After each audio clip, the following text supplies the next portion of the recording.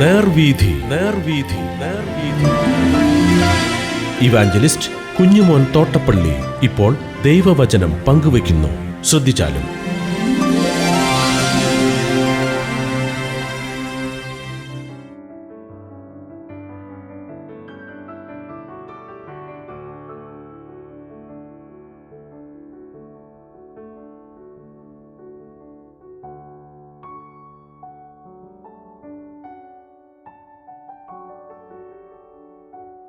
യെശയ്യാപ്രവചനം 61-ാം അധ്യായം. ഞാൻ വായിക്കുന്നത് ശ്രദ്ധിച്ചാൽ, എളിയവരോട് സദ്വർത്തമാനം ഘോഷിപ്പാൻ യഹോവ എന്നെ അഭിഷേകം ചെയ്തിരിക്കൊണ്ട് യഹോവയുടെ ആത്മാവ് എൻ്റെ മേൽ ഇരിക്കുന്നു.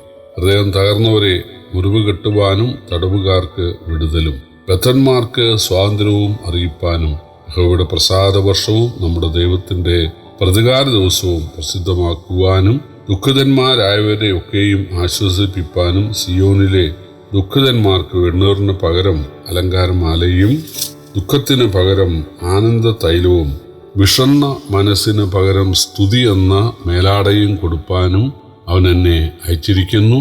അവൻ മഹത്വീകരിക്കപ്പെടേണ്ടതിന് അവർക്ക് നീതിവൃക്ഷങ്ങൾ എന്നും അവരുടെ നടുതല എന്നും പേരാകും. അവർ പുരാതന ശൂന്യങ്ങളെ പണികയും പൂർവന്മാരുടെ നിർജ്ജന സ്ഥലങ്ങളെ നന്നാക്കുകയും തലമുറ തലമുറയായി നിർജ്ജനമായിരുന്ന ശൂന്യനഗരങ്ങളെ കേടുപോക്കുകയും ചെയ്യും. അന്യജാതിക്കാർ നിന്ന് നിങ്ങളുടെ ആട്ടിൻകൂട്ടങ്ങളെ മേയിക്കും. പരദേശക്കാർ നിങ്ങൾക്ക് ഉഴവുകാരും മുന്തിരിത്തോട്ടക്കാരും ആയിരിക്കും. നിങ്ങളോ യഹോവയുടെ പുരോഹിതന്മാർ എന്ന് വിളിക്കപ്പെടും. നമ്മുടെ ദൈവത്തിൻ്റെ ശുശ്രൂഷകന്മാർ എന്നും നിങ്ങൾക്ക് പേരാകും. നിങ്ങൾ ജാതികളുടെ സമ്പത്ത് അനുഭവിച്ച് അവരുടെ മഹത്വത്തിന് അവകാശികളായിത്തീരും. നാണത്തിന് പകരം നിങ്ങൾക്ക് ഇരട്ടിയായി പ്രതിഫലം കിട്ടും. ലജ്ജയ്ക്ക് പകരം അവർ തങ്ങളുടെ ഓഹരിയിൽ സന്തോഷിക്കും. അങ്ങനെ അവർ തങ്ങളുടെ ദേശത്ത് ഇരട്ടി അവകാശം പ്രാപിക്കും. നിത്യാനന്ദം അവർക്കുണ്ടാകും. യഹോവയായ ഞാൻ ന്യായത്തെ ഇഷ്ടപ്പെടുകയും അന്യായമായ കവർച്ചയെ വെറുക്കുകയും ചെയ്യുന്നു. ഞാൻ വിശ്വസ്തയോടെ അവർക്ക് പ്രതിഫലം കൊടുത്ത് അവരോടൊരു ശാശ്വത നിയമം ചെയ്യും. ജാതികളുടെ ഇടയിൽ അവരുടെ സന്തതിയെയും വംശങ്ങളുടെ മധ്യേ അവരുടെ പ്രജയെയും അറിയും. അവരെ കാണുന്നവരൊക്കെയും അവരെ യഹോവ അനുഗ്രഹിച്ച സന്തതി എന്നറിയും. ഞാൻ യഹോവയിൽ ഏറ്റവും ആനന്ദിക്കും. എൻ്റെ ഉള്ളം എൻ്റെ ദൈവത്തിൽ ഘോഷിച്ചുല്ലസിക്കും. മണവാളൻ തലപ്പാവണിയുന്നത് പോലെയും മണവാട്ടി ആഭരണങ്ങളാൽ തന്നെത്താൻ അലങ്കരിക്കുന്നത് പോലെയും അവൻ എന്നെ രക്ഷാവസ്ത്രം ധരിപ്പിച്ചു. നീതി എന്ന അങ്കി ഇടിവിച്ചിരിക്കുന്നു. ഭൂമി തൈകളെ മുളപ്പിക്കുന്നത് പോലെയും തോട്ടം അതിൽ വിതച്ച വിത്തിനെ കിളിർപ്പിക്കുന്നത് പോലെയും യഹോവയായ കർത്താവ് സകല ജാതികളും കാൺകെ നീതിയെയും സ്തുതിയെയും മുളപ്പിക്കും. ഇസ്രയേലിന്റെ ബാബേലിൽ നിന്നുള്ള വിടുതൽ. മനുഷ്യവർഗത്തെ രക്ഷിക്കാൻ ദൈവം മനുഷ്യനായി വരുന്ന കാര്യം. സകല രാജ്യങ്ങളിൽ നിന്നും ഇസ്രയേൽ മക്കൾ സ്വദേശത്തേക്ക് മടങ്ങി വന്ന് പ്രബലപ്പെടുന്ന കാര്യം. യെരുശലേം ആസ്ഥാനമാക്കി ക്രിസ്തു ദൈവരാജ്യം സ്ഥാപിക്കുന്ന കാര്യം. ഇവയൊക്കെയാണ് ഈ 61-ാം അധ്യായത്തിലെ പ്രതിപാദ്യം. നസറേത്തിലെ പള്ളിയിലെ പ്രഥമ പ്രസംഗത്തിൽ യേശു ഉദ്ധരിച്ച വാക്യം യെശയ്യാപ്രവചനം 61-ന്റെ 1-2 എളിയവരോട് സദ്വർത്തമാനം ഘോഷിപ്പാൻ യഹോവ എന്നെ അഭിഷേകം ചെയ്തിരിക്കൊണ്ട് യഹോവയായ കർത്താവിന്റെ ആത്മാവ് എൻ്റെ മേൽ ഇരിക്കുന്നു. ഹൃദയം തകർന്നവരെ മുറിവ് കെട്ടുവാനും തടവുകാർക്ക് വിടുതലും ബദ്ധന്മാർക്ക് സ്വാതന്ത്ര്യവും അറിയിപ്പാനും യഹോവയുടെ പ്രസാദവർഷവും നമ്മുടെ ദൈവത്തിൻ്റെ പ്രതികാര ദിവസവും പ്രസിദ്ധമാക്കുവാനും എന്നെ അയച്ചിരിക്കുന്നു. പക്ഷേ നമ്മുടെ കർത്താവ് അതിൻ്റെ പകുതി മാത്രമേ വായിച്ചുള്ളൂ. അതായത് യഹോവയുടെ പ്രസാദവർഷം പ്രസംഗിപ്പാൻ എന്നെ അയച്ചിരിക്കുന്നു അത്രേ വായിച്ചുള്ളൂ. തൊട്ടു താഴെ എഴുതിയിട്ടുള്ളത് യഹോവയുടെ പ്രതികാര ദിവസത്തിനുമായിട്ടെന്നാണ്. പക്ഷേ അവിടെ വായിച്ചില്ല.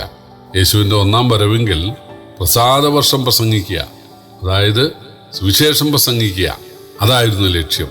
തൻ്റെ വീണ്ടും വരവെങ്കിലാണ് പ്രതികാരം നടത്തുന്നത്. ഇവിടെ പ്രസാദവർഷം പ്രസംഗിക്കണമെങ്കിൽ അല്ലെങ്കിൽ സുവിശേഷം പ്രസംഗിക്കണമെങ്കിൽ ആ സുവിശേഷം ഉണ്ടാകണം, വാർത്ത ഉണ്ടാകണം, സദ്വാർത്ത ഉണ്ടാകണം. നമ്മുടെ കർത്താവ് കാൽവറിയിലെ കുരിശിൽ യാഗമരണം വരിച്ചു. അതാണ് സുവിശേഷം.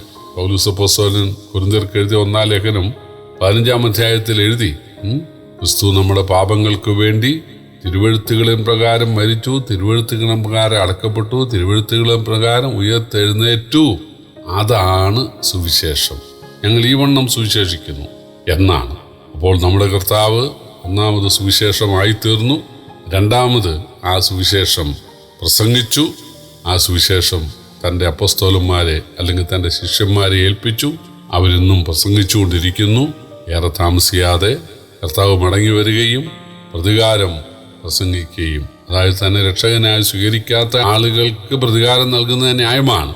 കാരണം എബ്രായ ലേഖനം അതിൻ്റെ 10-ാം അധ്യായത്തിൽ നമ്മൾ കാണുന്നത്, ദൈവപുത്രനെ ചവിട്ടിക്കളയുകയും തന്നെ ശുദ്ധീകരിച്ച നിയമരക്തത്തെ മലിനമെന്ന് നിരൂപിക്കുകയും കൃപയെ ആത്മാവിനെ നിന്ദിക്കുകയും ചെയ്തവർ എത്ര കഠിനമേറിയ ശിക്ഷയ്ക്ക് പാത്രരാകും, പ്രതികാരം എനിക്കുള്ളത്, ഞാൻ പകരം വീട്ടും എന്നാണ്.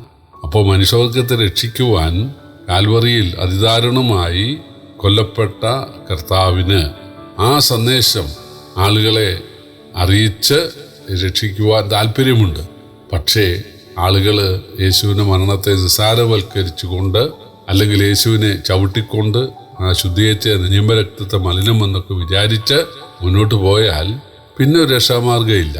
എതിരുകളെ ദഹിപ്പിക്കുന്ന ക്രോധാഗ്നിയേ ഉള്ളൂ. ദൈവം പറയുകയാണ്, പ്രതികാരം എനിക്കുള്ളത്, ഞാൻ പകരം ചെയ്യും.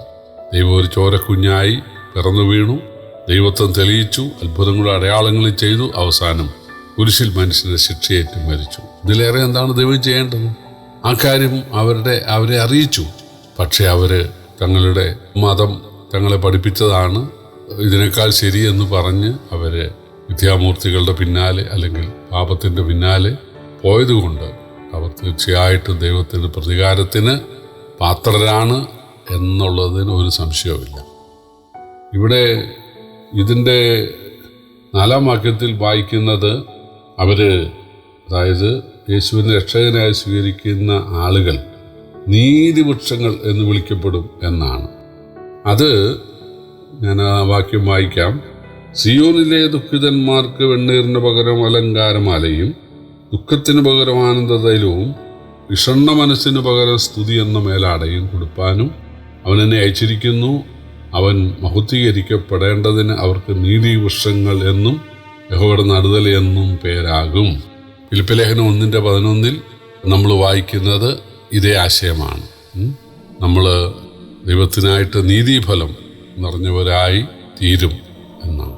4 മുതൽ 9 വരെയുള്ള വാക്യങ്ങൾ ലോകരാജ്യങ്ങളിൽ നിന്നും യഹൂദർ മടങ്ങി വന്ന് പ്രബലപ്പെടുന്ന കാര്യമാണ്. ഇവിടെ അവർ പ്രാക്കളെപ്പോലെ പറന്നു വരുന്നു എന്നൊക്കെ ഒരു വാക്യമുണ്ട്. അത് ദൈവം അവരെ വളരെ മഹത്വത്തോടെ മടക്കി വരുത്തുന്ന കാര്യമാണ്. 1948 അത് നിറവേറി എന്നാണ് പണ്ഡിതന്മാർ പറയുന്നത്. പല രാജ്യത്തും ചെതറിക്കിടന്ന ഇസ്രയേൽ അവർ സ്വന്തം നാട്ടിലേക്ക്, കനാൻ നാട്ടിലേക്ക് മടങ്ങി വന്നു എന്ന് മാത്രമല്ല, ആ പ്രദേശത്ത് അവർ പൊന്നുവിളയിക്കുവാൻ ഇടയായി. ചുറ്റും ശത്രുക്കളാണെങ്കിലും അവർ വളരെ പ്രാബല്യത്തോടുകൂടെ ശക്തരായിട്ട് കഴിയാൻ കാരണം ദൈവം അവരെ കാക്കുന്നതാണ്. 9-ാം വാക്യത്തിൽ അവരെ കാണുന്നവർ യഹോവ അനുഗ്രഹിച്ച സന്തതി എന്നറിയും എന്നാണ്. അതിന്ന് യാഥാർത്ഥ്യമായി കൊണ്ടിരിക്കുകയാണ്. 10-11 വാക്യങ്ങൾ അത് ദൈവരാജ്യത്തെ കുറിച്ച് ഉള്ളതാണ് എന്നുള്ളതിന് യാതൊരു സംശയവുമില്ല.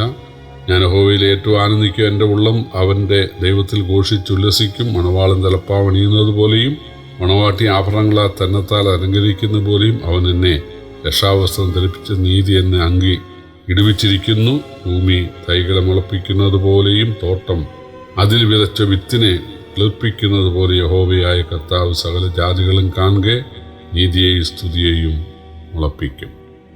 പ്രിയപ്പെട്ടവരെ, ഇസ്രയേല് ബാബേലിലായിരുന്നവർ മടങ്ങി വന്നു, നിറവേറി. ഇസ്രയേല് പിന്നീട് പല രാജ്യങ്ങളിലേക്ക് AD 70 ചിതറിപ്പോകാനിടയായി. എന്നാൽ 1948 അവർ മടങ്ങി വരുവാനിടയായി.